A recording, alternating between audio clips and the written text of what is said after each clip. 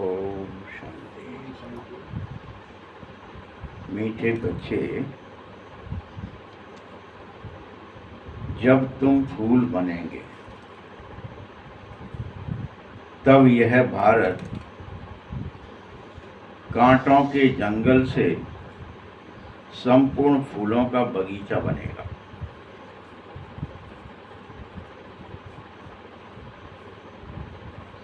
अगर तुम ही नहीं बनेंगे तो कैसे बनेगा? इसलिए बाबा आए हैं पहले तुम्हें फूल बनाने,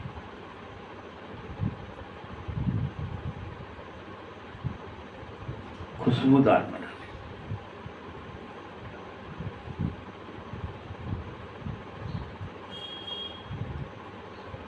प्रश्न है, मंदिर लायक बनने के लिए किन बातों पर विशेष ध्यान देना होगा? अगर तुम बनना चाहते हो मंदिर लायक,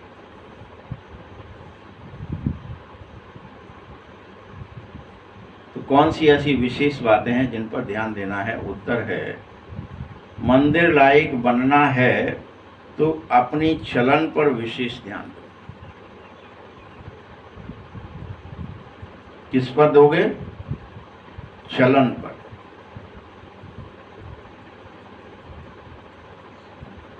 तुम बच्चों की अब यह चलन बहुत ही मीठी और रॉयल होनी चाहिए।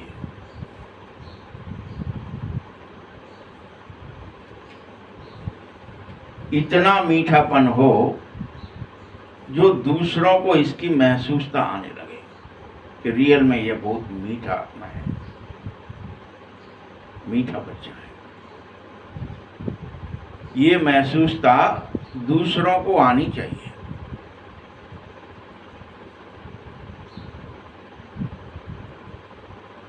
तुम बच्चे अनेक आत्माओं को मुझ बाप का परिचय जरूर दो।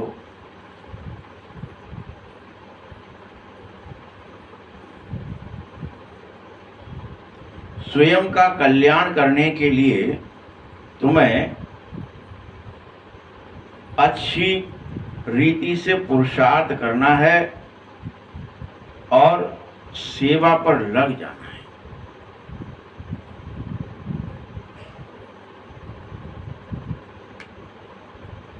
गीत है, बदल जाए दुनिया ना बदलेंगे हम। ओम शांति। रूहानी बच्चे यह जानते हो कि बाबा ब्रह्मा द्वारा हमें यह बातें समझाने आए हैं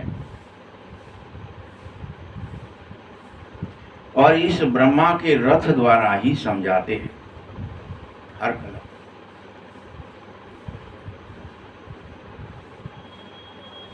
हम बच्चों को यह प्रतिज्ञा करनी चाहिए, हर कल्प करते हैं सो फिर करो, कि श्रीमत पर हम इस भारत भूमि को परम पवित्र बनाएंगे, पतित से पावन बनाएंगे। यहाँ हिंसा नहीं होगी, विचार नहीं होगा, या कुछ नहीं होगा ऐसा। यह फिर से परम पवित्र हो जाएगी।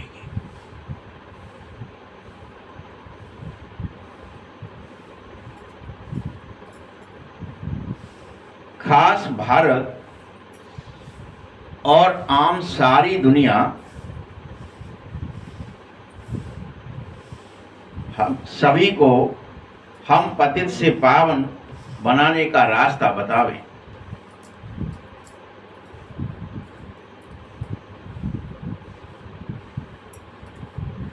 तुम बच्चों को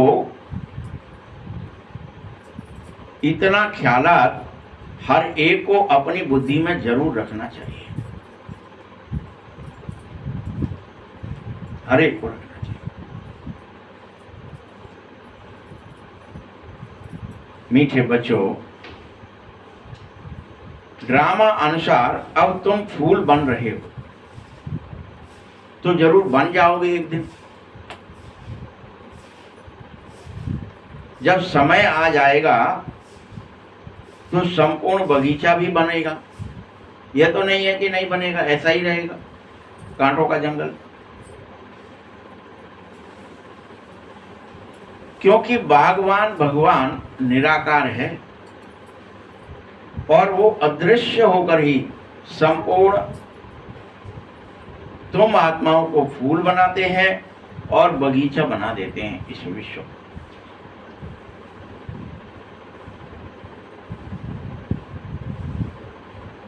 मैं माली भी निराकार को ही कहा जाता है, चाहे मुझे बागवान कहो या माली। ये मेरा काम है।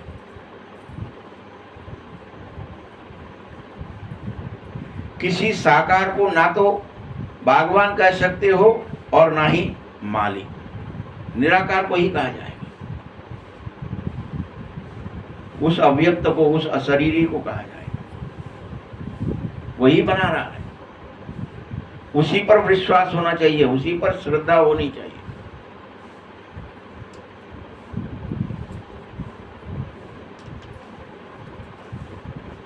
क्योंकि माली हमेशा आत्मा होती है, शरीर नहीं हो सकता।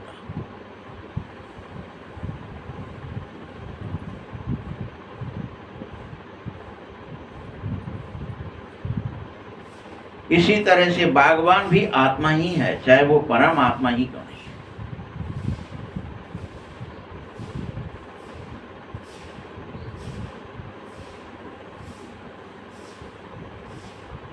बाबा समझाएगा तो जरूर शरीर को ही माध्यम बनाएगा, क्योंकि बगैर उस माध्यम के तो आप समझ न सको। भगवान तो समझ भी जाए कि आपको बदलना है, आपको कांटेदार ना रह के फूल खुशबूदार होना है। रोजाना भगवान आपको शिक्षा देता है। इसीलिए बच्चे, अपने एक एक कांटे को नष्ट करो, जलाओ, हटाओ और खुशबूदार फूल बन जाओ।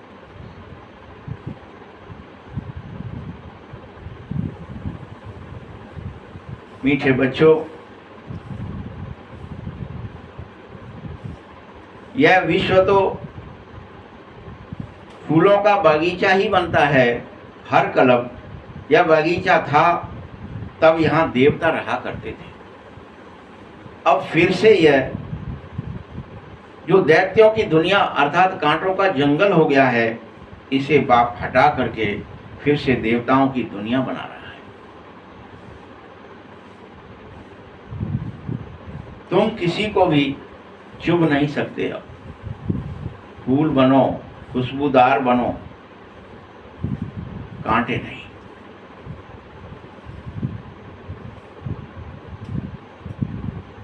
जब देवता रहते हैं तो यहां कोई प्रकार का दुख होता नहीं है, कोई प्रकार का।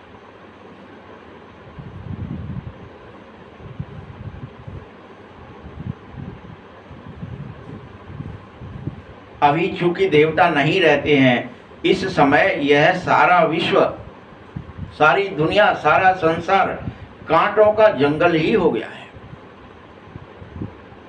इसमें हर एक दूसरे को कुछ न कुछ बातों से, व्यवहार से, कर्म से चुभते हैं कि इनका रहना ठीक नहीं है हमारे पास, ये खराब है, ये हमारे साथ अच्छा व्यवहार नहीं करते, इसीलिए तो हम और आप रहने नहीं देना चाहते। हटाओ, निकालो। तो यहां इस कांटों के जंगल में अथाह दुख है, इसीलिए इसे रावण राज्य अर्थात कांटों की दुनिया कहा जा रहा है।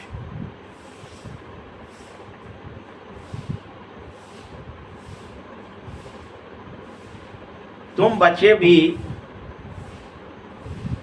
कोई फट से फूल नहीं बन जाओगे, उसका पुरुषार्थ करो रोज।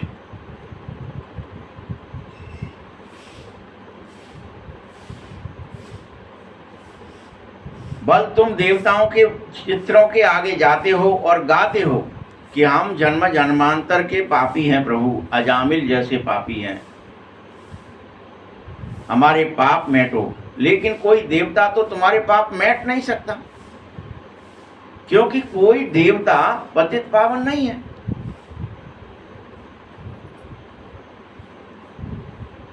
फिलहाल तो देवता कोई है ही नहीं, वो तो उसका क्या है, विग्रह है।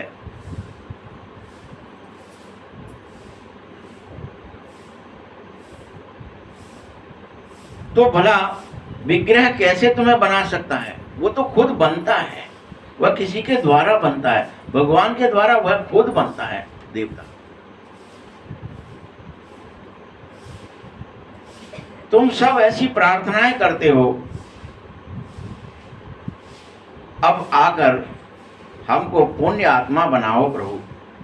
लेकिन समझते हैं, यह भी ठीक है कि तुम समझ चुके कि हम पापी हैं, तभी तो सुधरने का चांस है। यदि हम समझेंगे ही नहीं तो बदलेंगे नहीं। जब हम समझ जाएं कि हमारे अंदर ये कमी है, हम पाप आत्मा बन चुके हैं, हम पुण्य आत्मा नहीं बने हैं, तभी तो सुधरेंगे और पुण्य आत्मा बनेंगे। स्वीकार ही नहीं करोगे तो कैसे बनोगे? नहीं, हम तो ठीक हैं, हम तो ऐसे ही ठीक हैं, तो बदलोगे नहीं।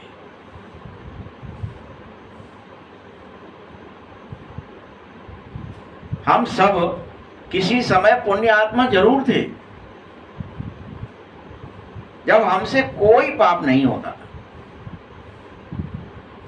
न मन से, न वाणी से और न कर्म से, कोई पाप नहीं होता।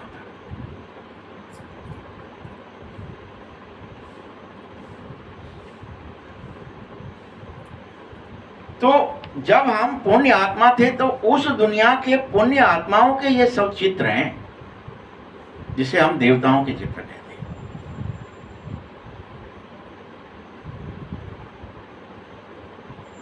वो भी उस राजधानी के हेड्स के चित्र हैं, सिर्फ सबके नहीं है, पूरी राज्य के नहीं है, पूरी प्रजा के नहीं है, जो उस राज्य के राजधानी के हेड थे उनके चित्र।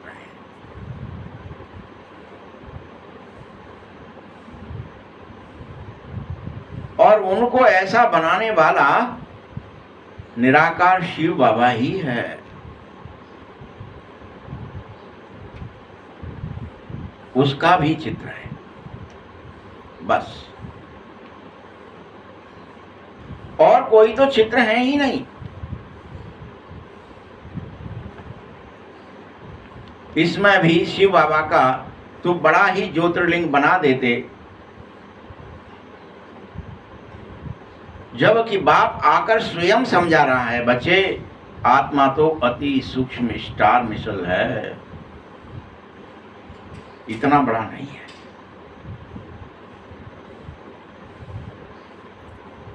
यहां आज क्या ही करोगे आप? जैसे मान लीजिए इसको,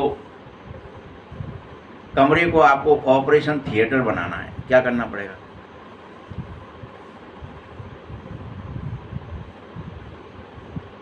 क्या करोगे?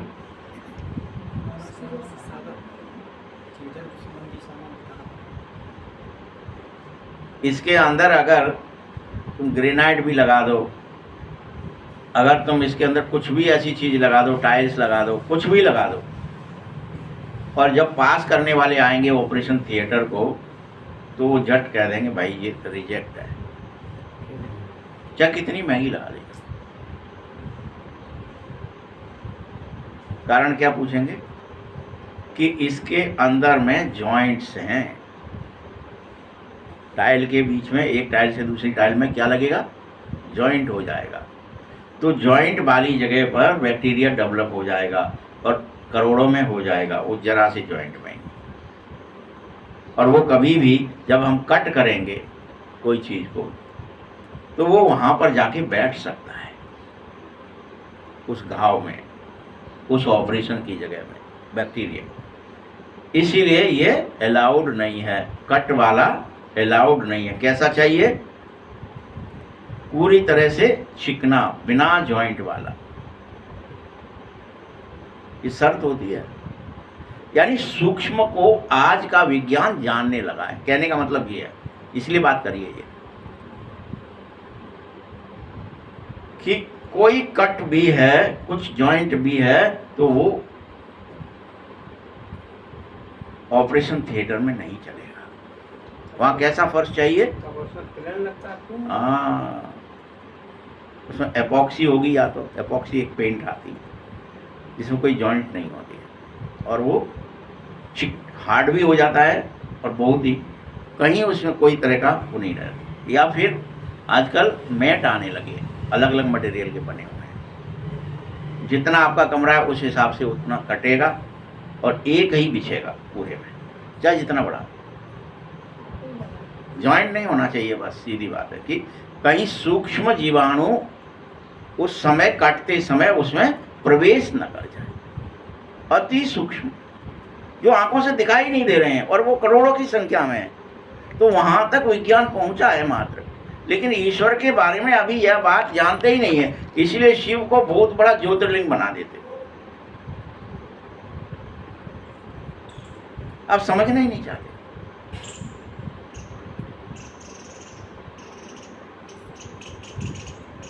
अरे बच्चों, बल कहते हो आत्मा स्टार मिसाल है, तो जरूर बाबा की ऐसी ही आत्मा होगी जैसी तुम्हारी है,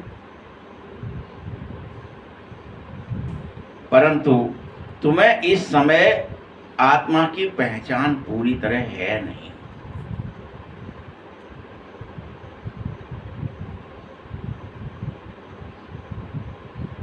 इसीलिए यह सब गलती तुमसे होती है। इन लक्ष्मी नारायण का विश्व में राज्य था,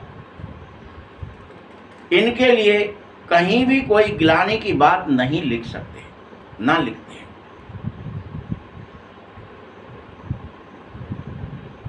बाकी श्री कृष्ण को तो कभी द्वापर में कभी कहीं ले जाया गया है, और उसके लिए अनेक प्रकार की गिलाने की बातें लिख दी हैं, न जानने के कारण। लक्ष्मी नारायण को ही मानते हैं कि वह सब स्वर्ग के मालिक थे, वैकुंठ में रहते।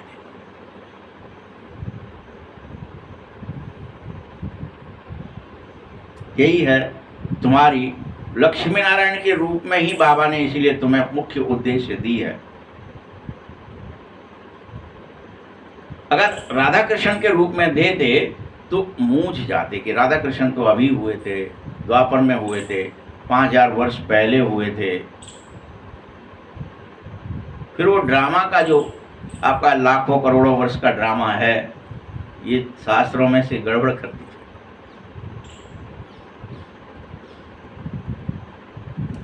इसीलिए राधा कृष्ण के बारे में तो बेचारे मनुष्य एकदम उलझन में है, मूंझे हुए हैं, कुछ समझना ही नहीं चाहते कि रियल में राधा कृष्ण ही लक्ष्मी और नारायण बनते। ये तो पता ही नहीं किसी को। वही बड़े होने के बाद लक्ष्मी नारायण मूंझे हुए, कुछ नहीं समझना चाहते। जो बाबा द्वारा समझाया गया है वह समझाने लायक भी बनते हैं कई बच्चे, नहीं तो लायक बन ना सको। मीठे बच्चों, दैवीय गुण धारणा कर नहीं सकते तुम तब तक जब तक तुम्हारे विचार और भावनाएं बदले नहीं, कर्म बदले नहीं। बल कितना भी कोई समझाए और आप कितना भी समझाओ, ड्रामा अनुसार ऐसा होना ही है। अभी तुम खुद समझते हो कि हम सभी बच्चे शिव बाबा की श्रीमत पर इस भारत को रूहानी बनाएंगे और इस भारत की रूहानी सेवा करेंगे, आत्मीय बनाएंगे और आत्मिक सेवा करेंगे। यह सेवा तुम्हें अपने ही तन मन धन से करनी है, दूसरे से किसी से नहीं करनी, स्वयं से करनी है। स्वयं के तन से, स्वयं के मन से, स्वयं के धन से परिवर्तन होने की सेवा करनी है, रूहानी सेवा करनी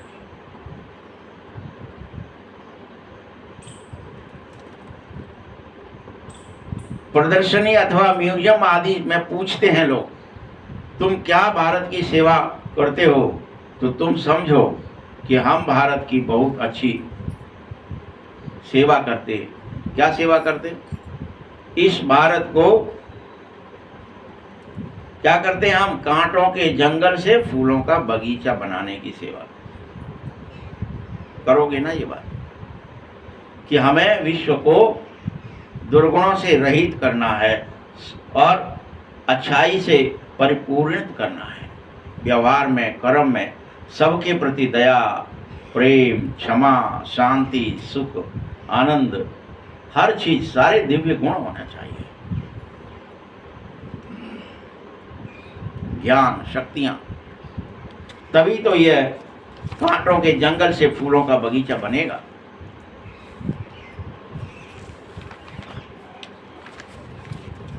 तभी इसे सतयुग कहा जाएगा। और सतयुग है ही क्या? गार्डन ऑफ अल्लाह या फूलों का बगीचा है सतयुग। अभी यह कांटों का जंगल है, इसीलिए तो यहाँ संसार में हर आत्मा एक दूसरे को दुख देने के लिए तैयार खड़ी रहती है और दुख ही देती रहती है, सवेरे से शाम तक, रात में भी, सपने में भी विकृत है। यह बात तुम अच्छी रीति समझो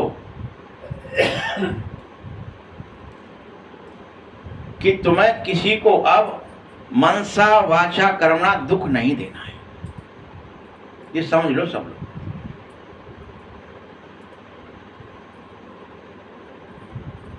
और इन लक्ष्मी नारायण के चित्र भी बहुत अच्छे बनाओ।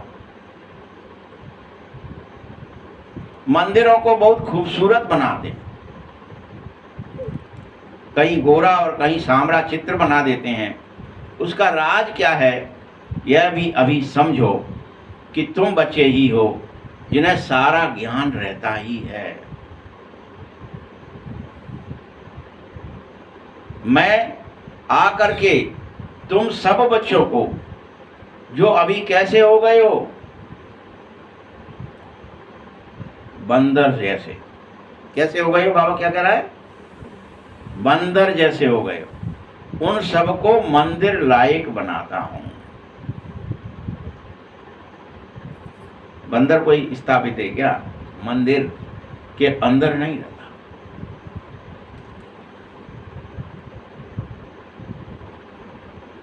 याद रखो, परंतु तुम सभी तो मंदिर लायक नहीं बन जाओगे। जिनका चित्त या बुद्धि इधर उधर भटकेगी तो वो तो फिर बंदर का बंदर ही रह जाएगा। इसलिए अंतर्मुख बनो। अंदर लायक बनना है तो मन अंदर करो। मंदिर का मतलब क्या है? जो अपना मन अंतर्मुख कर ले, अंदर कर ले, तो मन अंदर, इसका ही नाम है मंदिर।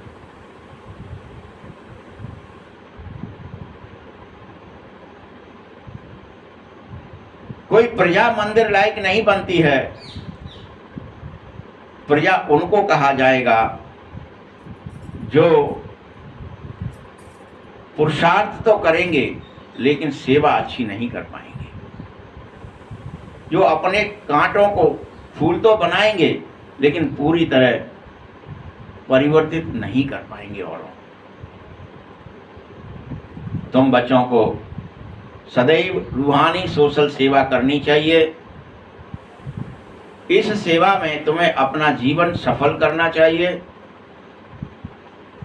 चलन भी बहुत मीठी और सुंदर होनी चाहिए तुम्हारी। तुम्हारा चाल चलन एकदम ऐसा हो जाए जो औरों को भी मीठेपन की समझा सके। क्या होती है मिठास, क्या होती है अच्छाई, क्या होते हैं देवीय गुण, ये समझ आ जाए दूसरों को।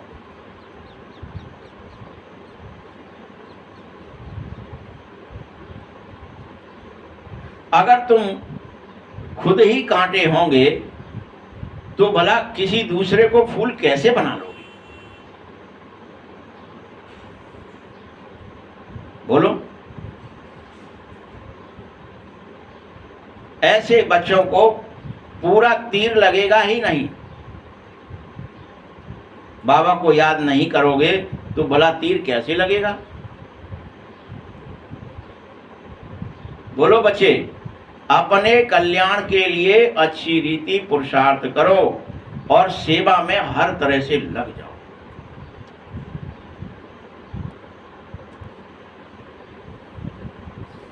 बाबा को याद नहीं करोगे तो कैसे लगेगा तीर? अपने कल्याण के लिए अच्छी रीति पुरुषार्थ करो और हर हालत में तुम इस विश्व सेवा में लग जाओ। स्वयं का कल्याण भी करो और सारे विश्व की सेवा करो। बाप भी तो सेवा पर ही है। भगवान खुद आया है तुम्हारी सेवा करने, तो तुम्हें सेवा करने में क्या शर्म है? तुम बच्चे अब हर हालत में दिन रात अपने को सेवा में समझो कि मैं ईश्वरीय सर्विस पर हूं, ईश्वरीय कार्य करूंगा, ईश्वर की आज्ञा का पालन करूंगा, दिन रात ईश्वरीय मार्ग पर चलूंगा, मीठा ही बनूंगा। दूसरी बात है, जब तुम समझेंगे कि शिव जयंती पर बहुत बच्चे तार भेज देते हैं, उनमें भी ऐसी लिखत लिखनी चाहिए कि वह तार किसी को भी दिखावें तो समझ जाए कि ये जरूर भगवान ने वापस इसका जवाब दिया है। टेलीग्राम कर देते लोग, कोई पहले यही सब साधन थे, अब तो खैर व्हाट्सअप कर दो, अनेक मैसेज के साधन हो गए हैं। तब ये थे तब जब मुरली चली, तार भेज दे, पोस्ट कार्ड भेज दे, चिट्ठी भेज दे।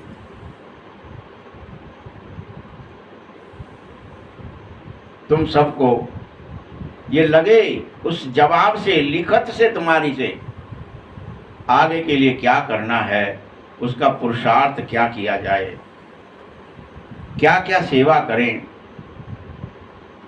जो बहुतों को शिव बाबा का परिचय मिल जाए कि भगवान आ गया है। तुम्हारी वाणी, तुम्हारे कर्म से, तुम्हारे दृष्टि और दृष्टिकोण से ये लगने लगे।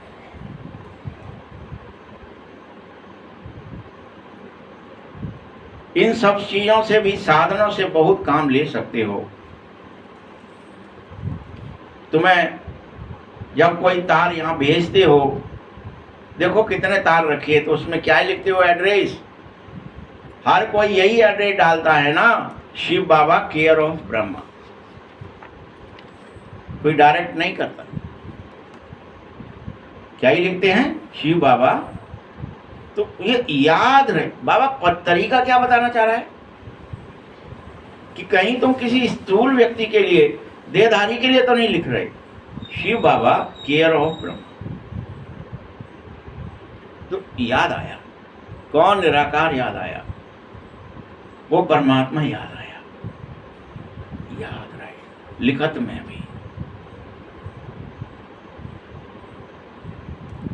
शिव बाबा ही रूहानी पिता है, यह प्रजापिता ब्रह्मा भी है जो जिस्मानी है।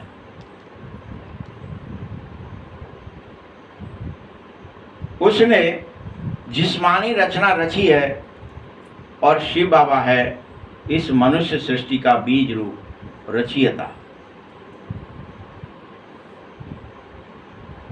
कैसे भगवान रचते हैं इस दुनिया को, यह दुनिया भर में कोई भी नहीं जानता है अभी, कि भगवान ने आखिर, वो खुद निराकार होते हुए भी साकार दुनिया रची कैसे।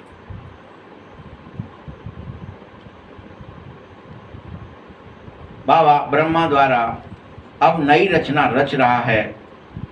तुम सबको, तुम्हें ब्राह्मण बनाया ही है ब्रह्मा मुख से, और चोटी का बनाया है, सर्वोच्च। इसीलिए पहले पहले ब्राह्मण जरूर चाहिए। विराट रूप की है यह चोटी। ब्राह्मण, देवता, क्षत्रिय, वैश्य और शूद्र, तो इसी तरह से, इसी क्रम में यह रची जाती है। ऐसा नहीं हो सकता कि पहले पहले शूद्र हो जाए तुम, पहले शूद्र तो कोई हो ही नहीं सकता। पहले सबको ब्राह्मण ही बनना पड़ेगा, फिर देवता बनना पड़ेगा, फिर क्षत्रिय, फिर वैश्य, तब शूद्र बनोगे। ये गिरती कला है। इसीलिए शिव बाबा ब्रह्मा के थ्रू पहले ब्राह्मण रच रहा है तुम्हें। तुम स्वयं को ब्राह्मण स्वीकार कर लो कि हम उस भगवान को जानने वाले, ब्रह्म जानामि ते ब्राह्मणा, ऐसे वेद में लिख दिया है कि जो भगवान को वास्तविक तौर पर जान जाते हैं वो सब ब्राह्मण हैं। कि भगवान निराकार है, निर्विकार है, परम धाम में रहता है, निरअहंकार है, और वो सदा ही निर्विकार और निरअहंकार होते हुए भी हमारी पालना करने के लिए परमधाम छोड़कर आता है। इसको जितना जिसको विश्वास हो जाए, मतलब वो उतना श्रेष्ठ रचना बन जाता है। इसलिए भगवान तुम्हें रचता है। भला अगर तुम शूद्र ही बने रहेंगे तो कैसे और किस द्वारा रचे जाओगे? ब्रह्मा द्वारा ब्राह्मण ही रचे जा सकते हैं। तुम बच्चे यह जानो कैसे कोई रचना रची जाती है, कैसे अडॉप्ट किया जाता है, ये शिव बाबा से समझो और उसे स्वीकार करके वैसे स्वयं को स्वीकार लो कि हम भगवान की एक दिव्य रचना है, निराकार की एक ऐसी रचना है जो हम स्वयं को निरंतर निराकार बनने के लिए भगवान प्रेरित कर रहा है, उद्घोषित कर रहा है, बार बार याद दिला रहा है। तुम एक निराकार, निर्विकार, निरअहंकार आत्मा हो। तुम सब भी बाप समान हो, शिव समान हो। इसीलिए बाबा रोज तुम्हें तुम्हारे इस देह अभिमान रूपी शूद्रपने से आत्माभिमान रूपी ब्राह्मणपना तुम्हारे अंदर धारणा कराता है कि जिससे तुम सबके सब ब्राह्मण बन जावे, शूद्र न रहे। तभी तुम ब्राह्मण बनेंगे, सो ही देवता बन सकेंगे। बगैर ब्राह्मण बने कोई देवता तो बन ही न सके। इसलिए बार बार याद करो, आत्माभिमान, देहाभिमान नहीं। देहाभिमान माने शूद्र, आत्माभिमान माने ब्राह्मण।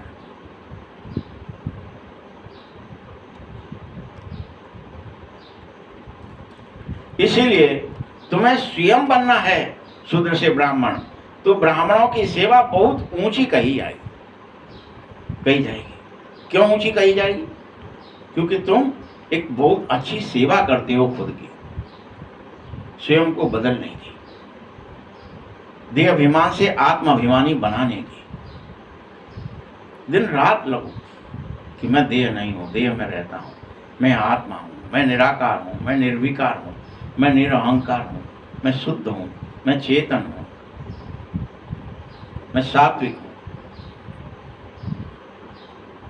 निर्वैर हूं, निर्भय हूं, निर्विकार हूं। बार बार याद।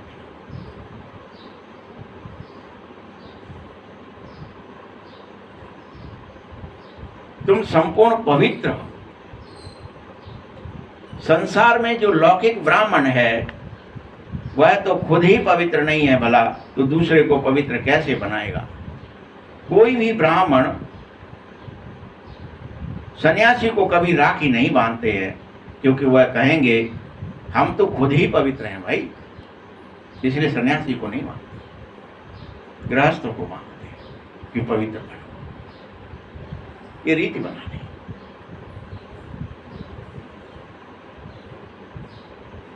अगर वह सन्यासी के पास राखी बांधने जावे तो सन्यासी तो झट टोकेगा, तुम पहले अपना मुंह तो देखो, तुम पवित्र नहीं हो तो भला हमें पवित्र कैसे बनाओगे? हम तो खुद पवित्र हैं। इसीलिए तुम्हें भी किसी से राखी नहीं बंधवानी चाहिए। दुनिया में तो बल सब एक दूसरे को बांधते रहते हैं, बहनें भाइयों को बांधती हैं, और फिर यह एक रिवाज निकल पड़ा है, एक रीति बन गई है। तुम्हें तो हर हालत में अभी शूद्र से ब्राह्मण बनने का ही पुरुषार्थ करना चाहिए दिन रात। ये पुरुषार्थ है जो प्रत्येक को खुद करना पड़ेगा, खुद पवित्रता की राखी बांधनी पड़ेगी और खुद देह अभिमान से आत्माभिमान में जाना पड़ेगा। ये पुरुषार्थ तो ब्राह्मण बनने का खुद ही करना पड़ता है। मीठे बच्चों, बाप तुम्हें रोज समझाता है, भगवान को बार बार समझाना पड़ता है कि तुम चाहे मेल हो या फीमेल, सभी को अर्थात दोनों ही ग्रुप्स को, चाहे मेल हो चाहे फीमेल हो, दोनों को ही पवित्रता की प्रतिज्ञा जरूर करनी चाहिए। बोलो, तैयार हो? दोनों बता सकते हैं कि हम कैसे शिव बाबा की मत से पवित्र बनेंगे। अंत तक इस काम विकार पर जीत जरूर पाएंगे और निष्काम होकर ही जीवन जिएंगे, तभी तो पवित्र जगह का मालिक बन सकेंगे, सतयुग का मालिक बन सकेंगे, वैकुंठ का मालिक बन सकेंगे। अनेकों कहानियां यहाँ देखोगे तो लिख दी है। किसी ने अप्सरा को, किसी गंधर्व ने, किसी फलाने ने बुरी दृष्टि से देख लिया, श्राप दे दिया, जाओ नीचे।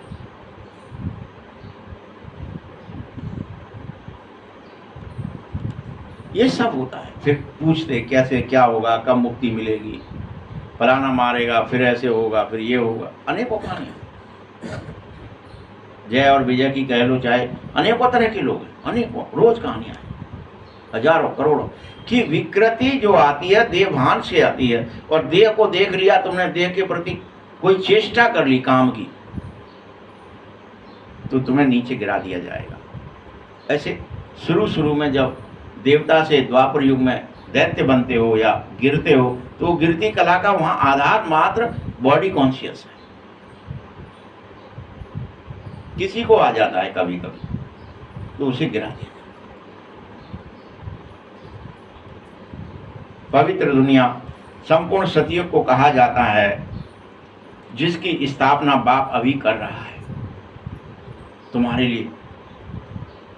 इसीलिए तुम सब पवित्र हो जाओ।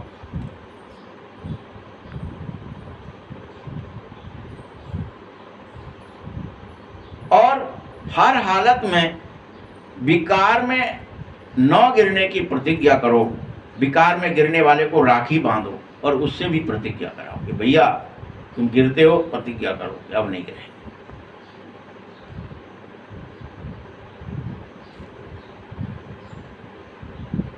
गिरने वाले को प्रतिज्ञा कराकर पतित से पावन बनाने की राखी बांधी जा सकती है। और कहा जा सकता है कि माया से हार नहीं खाना है, ये युद्ध का मैदान है, यहाँ हर हालत में विजयी बनकर ही रहना है। अरे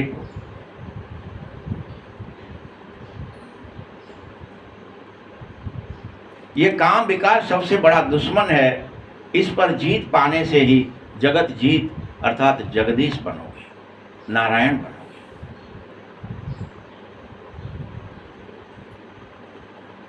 यही तुम्हें राजा रानी बनाता है।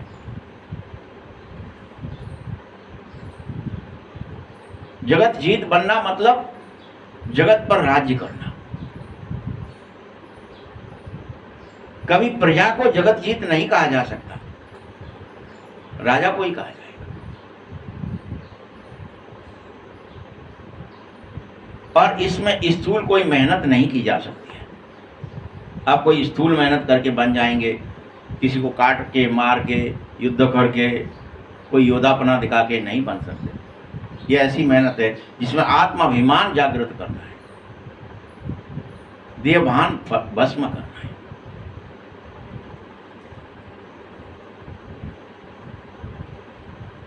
हर हालत में तुम्हें मेहनत करके ही राजा रानी। कौन सी मेहनत? पवित्रता की मेहनत, काम जीत करने की मेहनत। जगत जीत बनने का एक ही तरीका है, करिए। तुम सबको एक ही लक्ष्य बाप ने दिया है कि हम तो लक्ष्मी नारायण ही बनेंगे। तुम सब क्या ही कहते हो फिर? हम क्या बनने आए हैं यहाँ? क्या पढ़ने आए हैं इस स्कूल में, कॉलेज में, यूनिवर्सिटी में? क्या पढ़ने आए हो? लक्ष्मी नारायण ही बनेंगे, ये लक्ष्य लेकर आए हो। सबका एक ही लक्ष्य है। प्रजा बनना लक्ष्य नहीं है, वो तो गलती से बन जाओगे। अगर पूरा तुमसे पुरुषार्थ नहीं हुआ तो प्रजा बनना पड़ेगा, वो तो मजबूरी है। लेकिन लक्ष्य सबका लक्ष्मी नारायण बनना ही है, पवित्र बनना ही है।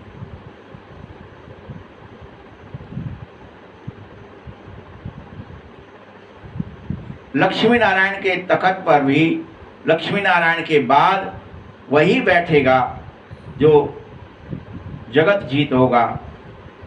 इसीलिए लक्ष्मी नारायण फिर दूसरे जन्म में भी वह खुद भी तो नीचे चले जाएंगे, पुनः राजा नहीं बन पाएंगे उस बराबर के, क्योंकि उन्होंने एक जन्म भोग लिया। उनकी कला में कुछ कमी आ गई, डिफेक्ट आ गया। वो नया ही बनेगा जिसने माया को जीता है।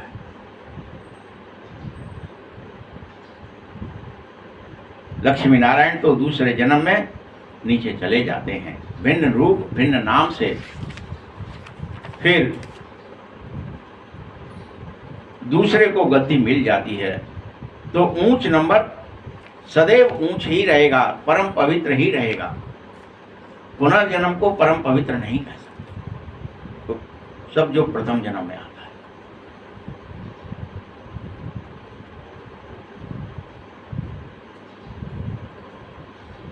जब दूसरा लक्ष्मी नारायण बनेगा और तखत पर बैठेगा तो वह सेकंड नंबर का ही कहलाएगा, फर्स्ट नंबर नहीं। और फिर ऊपर वाला नीचे और नीचे वाला ऊपर, ऐसे जाता ही रहता है, यही क्रम है। तो अब तुम बच्चों को श्रेष्ठ, मैं भी श्रेष्ठ, सर्वश्रेष्ठ ऊंच पद पाना है तो हर हालत में रात दिन सेवा में लग जाओ कि हम हर हाल में पवित्र बन जावे, निर्विकार बन जावे।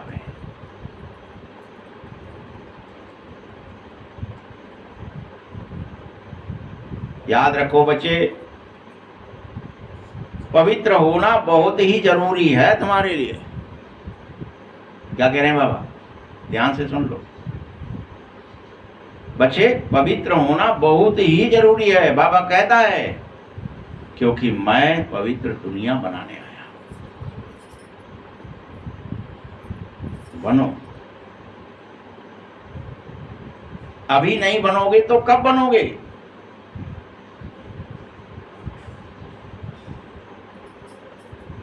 अच्छा पुरुषार्थ करो। पुरुषार्थ थोड़े ही कर पाते,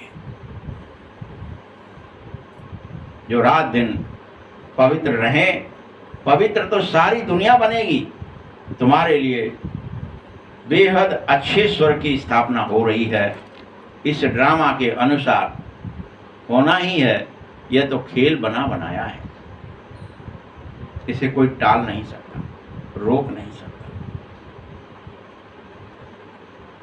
ड्रामानुसार सतयुग की स्थापना का समय है, क्योंकि संपूर्ण संसार जो पवित्र नहीं बनेगा तो फिर उसके लिए विनाश शुरू हो जाएगा।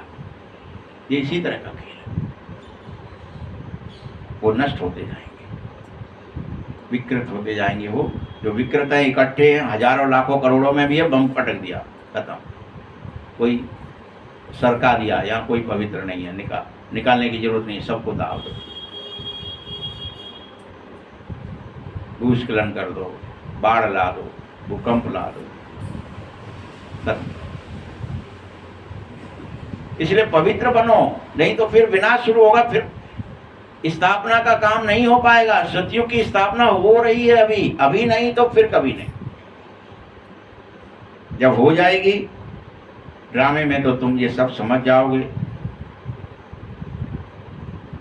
जैसे ही सतयुग की स्थापना होती है, वहां यह संसार का शासन भी खत्म हो जाता है, सतयुग में देवी और देव राज्य हो जाता है, जो फिर से होना ही है, उसे कोई टाल नहीं सकता, रोक नहीं सकता। ये कलयुगी संसार का चराचर खत्म हो जाएगा, उनके रीति रिवाज, उनकी अपनी नियम मर्यादाएं आ जाएंगी और उन्हीं का शासन हो जाएगा। तुम सब रूहानी मिलिट्री बनो और इन पांचों विकारों पर जीत पाने से जगदीश बनो। इसके लिए बाप तुम्हें रोज समझाता है, मीठे बच्चे, अनेकों जन्म के पाप काटना चाहते हो तो भी एक ही युक्ति है, मुझे याद करो। जन्म जन्मांतर के पाप कट जाएंगे, अनेकों जन्म के कितने भी पापी हो सब भस्म हो जाएंगे। बाप एक ही बार आता है पूरे कल्प में और युक्ति बताता है और फिर कह रहा है, देखो जब तक राजधानी की स्थापना हो रही है तब तक पुरुषार्थ कर लो,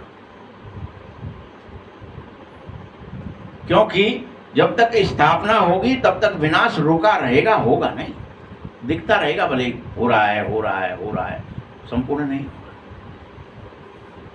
रुका रहेगा। अभी भी सुधर जाओ तो चांस देगा, कर लो पुरुषार्थ।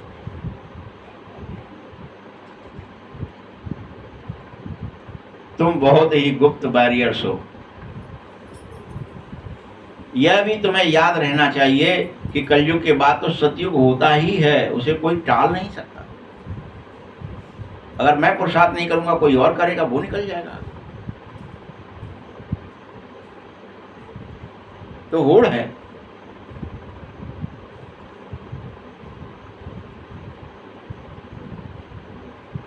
ऐसा समय सतयुग को कहते हैं जिसमें फिर कभी लड़ाई झगड़े, ईर्ष्या द्वेष घृणा कुछ होगी ही नहीं, वहां किसी के अंदर पैदा ही नहीं हो सकती। वहां तो सातों का युग होगा ना, पवित्रता का, सुख का, शांति का, आनंद का, प्रेम का, ज्ञान का, शक्ति, वहां सब होगा, दया होगी, क्षमा होगी, वहां कोई गलती करेगा ही नहीं जो क्षमा भी करना पड़े, तो खुद को ही गलती को स्वीकार कर लेगा और दंडित भी करेगा। अलग से कोई जेल, मिलिट्री, पुलिस कुछ जरूरत नहीं है,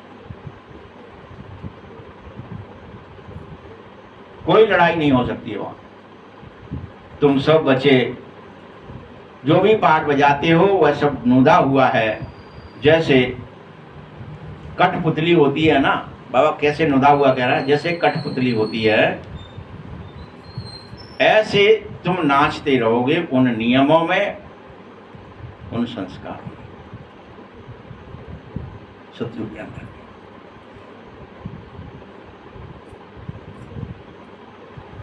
यह खेल है बच्चे, ड्रामा है, नूद है, और हर एक का इस ड्रामे में अपने समय पर अपना पार्ट है।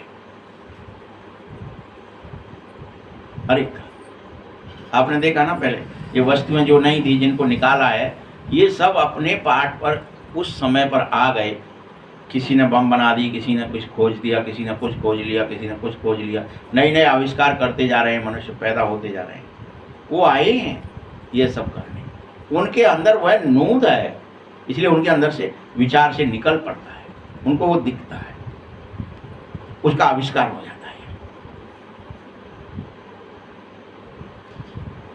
ये पाठ है हर एक के अंदर, जिनका तमो प्रधान पाठ है वो तमो प्रधान बना दे, हर एक का ड्रामे में पाठ है।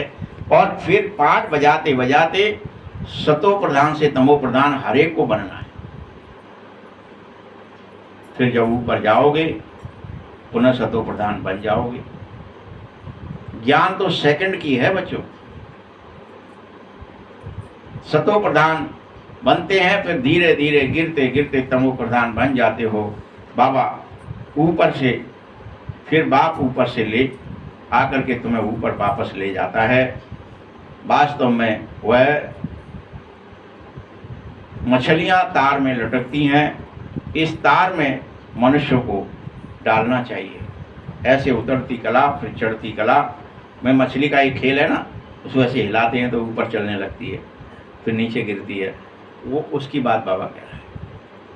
वहाँ मछलियाँ डाल दी हैं, फिर ऊपर नीचे मछलियाँ होती हैं, लेकिन वास्तव में खेल ये मनुष्यों का है, या मनुष्यों को डालना चाहिए कि कैसे वो चढ़ती कला से गिरती कला में आते हो, कैसे फिर गिरती कला से चढ़ती कला में जाते हो।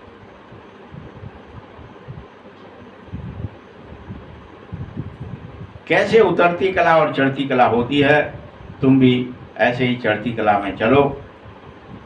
पुनः फिर उतरते उतरते पूरे 5000 वर्ष लगेंगे, तब उतर पाओगे। अभी तो चढ़ जाओ, सर्वगुण संपन्न 16 कला संपूर्ण बन जाओ। अभी उतरते उतरते पूरा नीचे ही आ गए। अब चढ़ने का समय है, अभी चढ़ोगे नहीं तो फिर कभी चढ़ नहीं पाओगे। इसलिए सावधान होकर सुनो, समझो और पवित्र होने में लग जाओ, याद में लग जाओ। 84 का चक्र है जो तुम्हारे बुद्धि में रहता ही है। उतरती कला और चढ़ती कला का राज बाबा ने तुम्हें समझाया है। तुम्हारे में भी जो नंबरवार होंगे वह सब यह जान सकेंगे, फिर पुरुषार्थ करेंगे। तो बाबा को याद करना ही है, वह जल्दी ऊपर जाएंगे जो पुरुषार्थ करेंगे। यह प्रवृत्ति मार्ग है। जैसे जोड़ी में दौड़ते हैं तो जोड़ी में एक एक पांव बांधते हैं, फिर दौड़ाया जाता है। यहाँ भी तुम्हारी जोड़ी है। कोई की प्रैक्टिस अगर कम होगी तो गिर पड़ोगे। प्रैक्टिस करो दौड़ने की, ऊपर चढ़ने की, उड़ती कला की। कम होगी तो गिरो। यहाँ भी ऐसा ही होगा, एक आगे बढ़ेगा तो दूसरा रोक लेगा, तो दोनों ही गिर पड़ोगे। बाबा बड़ा बंडर खाता है कि बूढ़ों को भी बाबा ने देखा है, काम की आग अभी तक लगी हुई है। 60 वर्ष के हो गए, 70 वर्ष के हो गए, 80 वर्ष के हो गए, काम की आग नहीं छूट रही। इच्छाएं बहुत प्रबल है। अभी भी देख रहे हैं स्त्री पुरुष के वाहन में फंसे। तो ऐसे जिनको काम की आग लगी रहती है वह खुद तो गिरते ही हैं और अनेकों को गिरा देते हैं।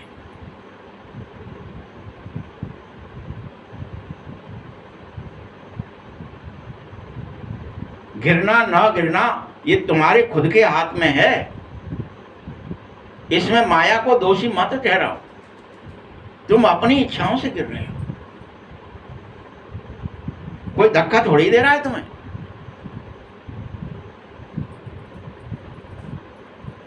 कि हम क्यों गिरे।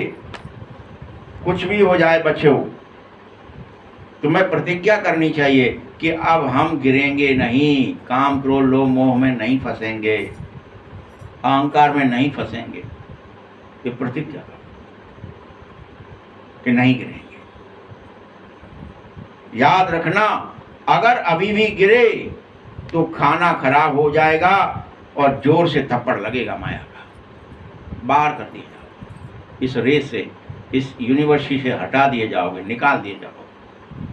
ये पढ़ने योग्य नहीं है, ये देवता बनने योग्य नहीं है, ये नर से नारायण बनना ही नहीं चाहता है। हटाओ इसको। जोर से थप्पड़ लगेगा।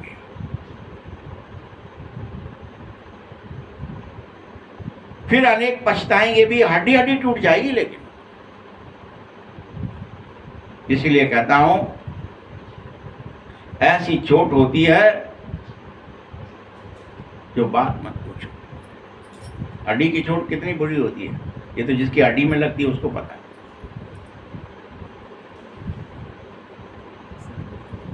बहुत चोट लगती है। बाबा भिन्न भिन्न प्रकार से बच्चों को समझाना चाहता है। कोई धौंस नहीं दे रहा हूं, कोई डरा नहीं रहा हूं, स्पष्ट कह रहा हूं, सुधर जाओ।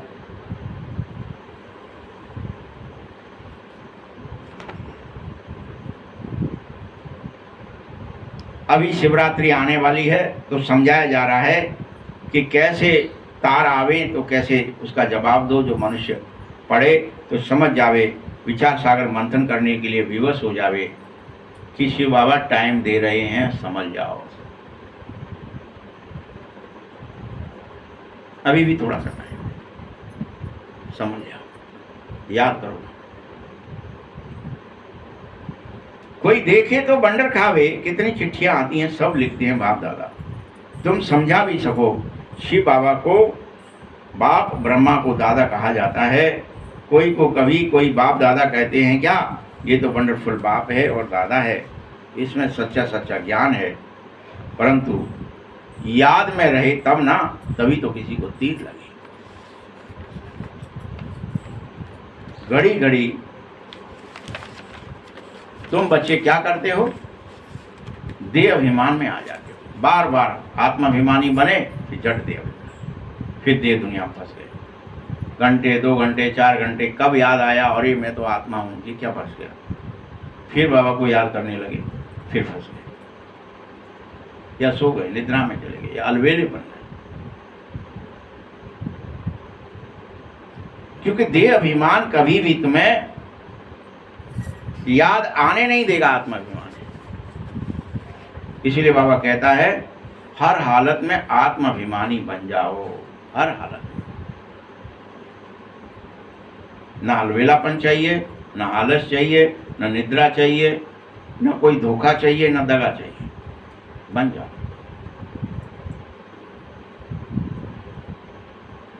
और ये होश में रहो कि आत्मा ने ही शरीर को धारण किया है, शरीर ने आत्मा को धारण नहीं किया है। आत्मा ने शरीर रूपी वस्त्र को पहन लिया है, धारण कर लिया।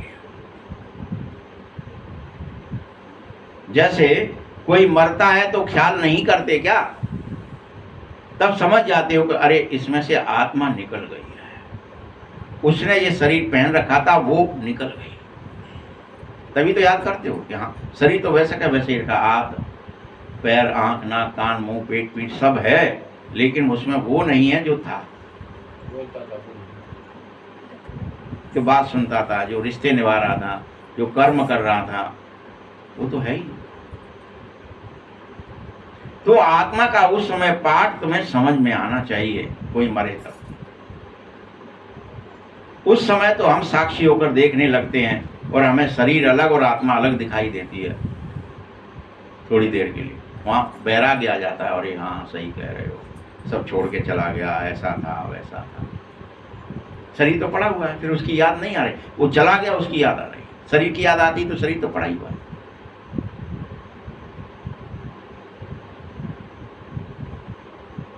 और तब अनेक ऐसे भी विचार करने लगते, एक शरीर छोड़ा है दूसरा जरूर पाठ बजाएगा, कोई ज्ञान देने लगते वहां पर, मरघटी ज्ञान। इसमें हम कर ही क्या सकते हैं, उसकी होनी थी। बाबा पूरी बात बता रहा है ऐसे, क्या क्या सोचते थे। ये ज्ञान भी बस उसी समय थोड़ी देर के लिए तुम्हारी बुद्धि में आता है। कब आता है? जब तुम्हारा कोई निजी शरीर छोड़ देता है,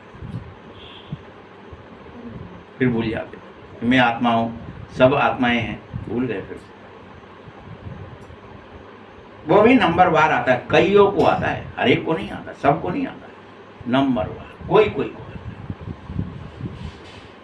तो कोई की बुद्धि में ठहरता ही नहीं है, तभी वहां पे भी वो फोन करेगा, मोबाइल करेगा, इसकी बतियाएगा उसकी बतियाएगा, अब वो खत्म है यहाँ में थोड़ी है।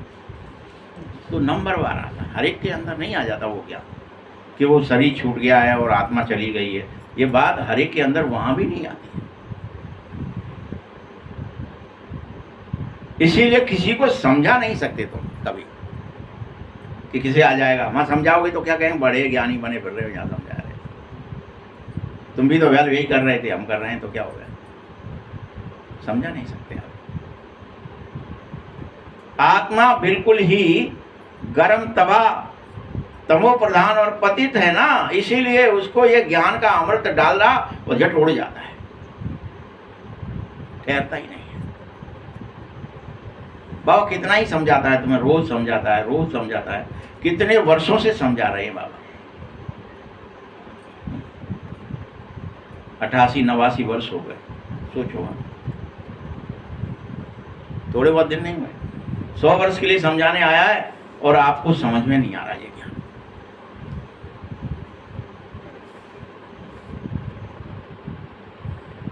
जिसने बहुत भक्ति करी होती है बस उसको ही तीर लगेगा और उसके अंदर झट धारणा हो जाएगी कि ये बात जो है ये सही कही जा रही है, मुझे यही करना चाहिए। अरे कोई अरे तो एक कान से सुन के दूसरे से निकाल या सुनेंगे ही नहीं, अंदर ही नहीं घुसने देंगे और कुछ अपने अंदर विचार करते रहेंगे, भावनाएं करते रहेंगे, कर्म करते रहेंगे। अलविदा नहीं। बड़ा ही वंडरफुल हिसाब है।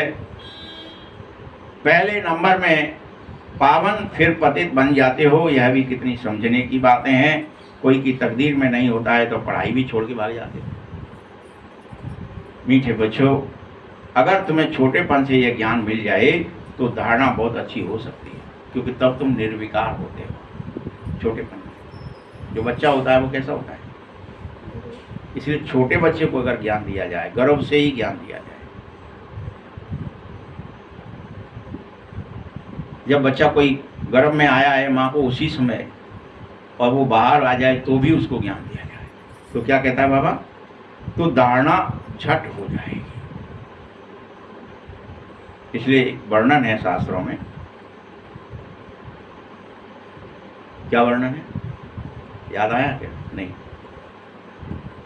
कि जब लास्ट प्रजापिता हुआ दक्ष, लास्ट, और उसने प्रजापिता ब्रह्मा जो पहला था उससे क्या मांगा, आदेश मांगा, आज्ञा मांगी कि हे परमेश्वर, हे परमपिता परमात्मा, हम अब योग बल से संतानें उत्पन्न नहीं कर पा रहे,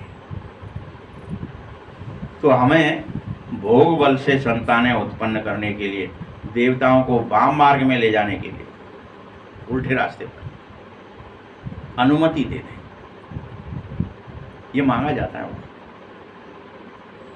लास्ट दक्ष जब, फिर उसके बाद कोई दक्ष नहीं होता, क्योंकि वो अदक्ष हो जाता है, उसका मूड कट जाता है, मैं करता है, जो भी है उसकी कहानी अलग है।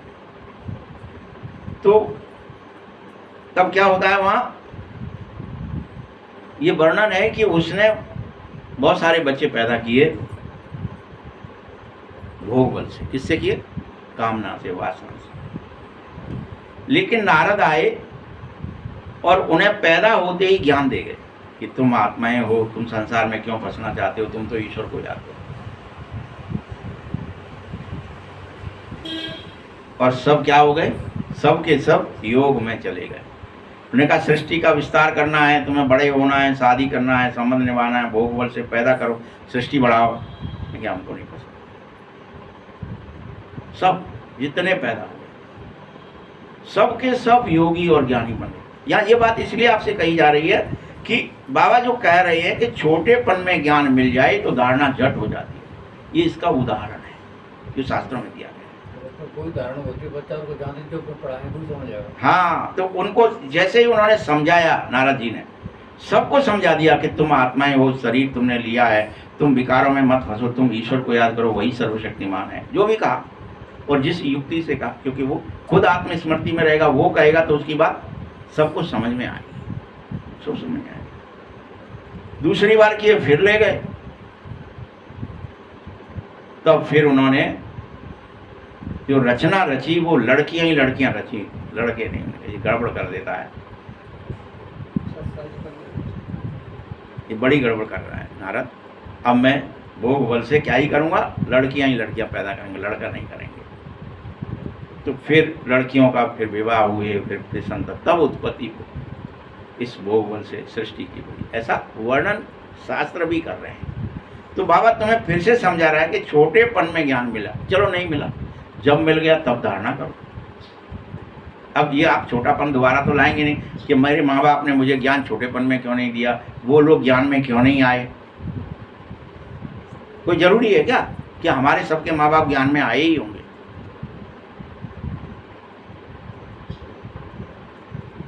तो बहुत होशियार हो जाए बच्चा, क्योंकि आर्गन्स बड़े होने से फिर समझ भी ज़्यादा हो जाएगी। जिस्मानी रूहानी दोनों तरह के अटेंशन देने चाहिए, तो वह असर जरूर निकलेगा। यह ईश्वरीय पढ़ाई है, फर्क बहुत है, परंतु जब वह लगन लग जाए तभी आप सफल होंगे। अच्छा, मीठे मीठे सकल दे बच्चों प्रति माता पिता बाप दादा का याद प्यार और गुड मॉर्निंग। रूहानी बाप की, रूहानी बच्चों को नमस्ते, रूहानी बच्चों की भी बाप दादा को बहुत बहुत याद प्यार और नमस्ते। धारणा के लिए मुख्य सार है, पहला पॉइंट है रूहानी मिलिट्री वन, पांचों विकारों को जीतो। वैसे क्या कह दिया बाबा ने? सार क्या है? इन विकारों को जीतो और हर हालत में जरूर पवित्र बनो। श्रीमत पर इस भारत को पवित्र बनाने की सेवा भी जरूर करो। दूसरा पॉइंट है, इस बेहद नाटक में हर पार्ट आत्माभिमान होकर ही बजाओ। हर एक को अब यह पार्ट जो एक्टिंग कर रहे हो, ये प्रत्येक को आत्माभिमान में ही बजाना है, देह अभिमान में नहीं। कभी भी देह अभिमान में नहीं आओ, कभी भी रात दिन कोशिश करो कि मैं शरीर नहीं हूँ, शरीर में रहता हूँ, मैं आत्मा हूँ, मैं निर्विकार हूँ, मैं निरअहंकार हूँ। ये बार बार याद दिलाओ स्वयं। साक्षी होकर हर एक एक्टिंग का पार्ट देखना है, हर एक एक्टर का।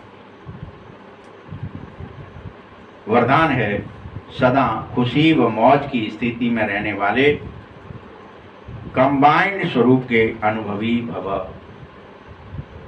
खुशी व मौज की स्थिति में रहने वाले कंबाइंड स्वरूप के अनुभवी भव। बाप दादा बच्चों को सदा कहता है, मीठे बच्चों, बाप को हाथ में हाथ देकर चलो। तुम भगवान को अपना हाथ दे दो, उसके साथ ही चलो। कंबाइंड रहो कि बाबा मेरे साथ है, मैं बाबा के साथ। बुद्धि का हाथ, अकेले मत चलो। अकेले चलोगे तो कभी बोर हो जाओगे, कभी और कोई गड़बड़ हो जाएगी, कभी किसी की नज़र में पड़ जाओगे। लेकिन मेरे साथ चलने से तुम बाप के साथ अगर कंबाइंड हो, इस स्वरूप का अनुभव करते रहोगे, तो कभी भी तुम्हें माया की दृष्टि नहीं पड़ेगी और सदैव साथ का अनुभव होने के कारण खुशी और मौज में खाते चलते मौज मनाते रहोगे। कभी धोखा और दुख देने वाले संबंधों में फंस नहीं सकोगे, उन सब से तुम सदा बच जाओगे। अच्छा, स्लोगन है, योग रूपी कवच पहन कर रखो। क्या पहन के रखो? योग का कवच। तो माया रूपी दुश्मन फिर तुम पर वार नहीं करेगा। अव्यक्त इशारे में क्या है? लगन की अग्नि को प्रज्वलित कर योग ज्वाला को कैसे स्वरूप बनाएंगे? दुखी आत्माओं के मन में यह आवाज शुरू हुआ है कि अब विनाश हो जाए प्रभु, इससे तो अच्छा है कि हम मार जाएं। वैसे ही आप विश्व कल्याणकारी आत्माओं के मन में यह संकल्प उत्पन्न होने लगे कि अब जल्दी सबका भला हो जाए, सबका कल्याण हो जाए, तभी समाप्ति होगी। विनाशकारियों और कल्याणकारियों के संकल्प का इशारा चाहिए, इसीलिए अपने एवर रेडी बनने का पुरुषार्थ पावरफुल संकल्प से ज्वाला रूप योग द्वारा विनाश ज्वाला को जरूर तेज करो। ओम शांति।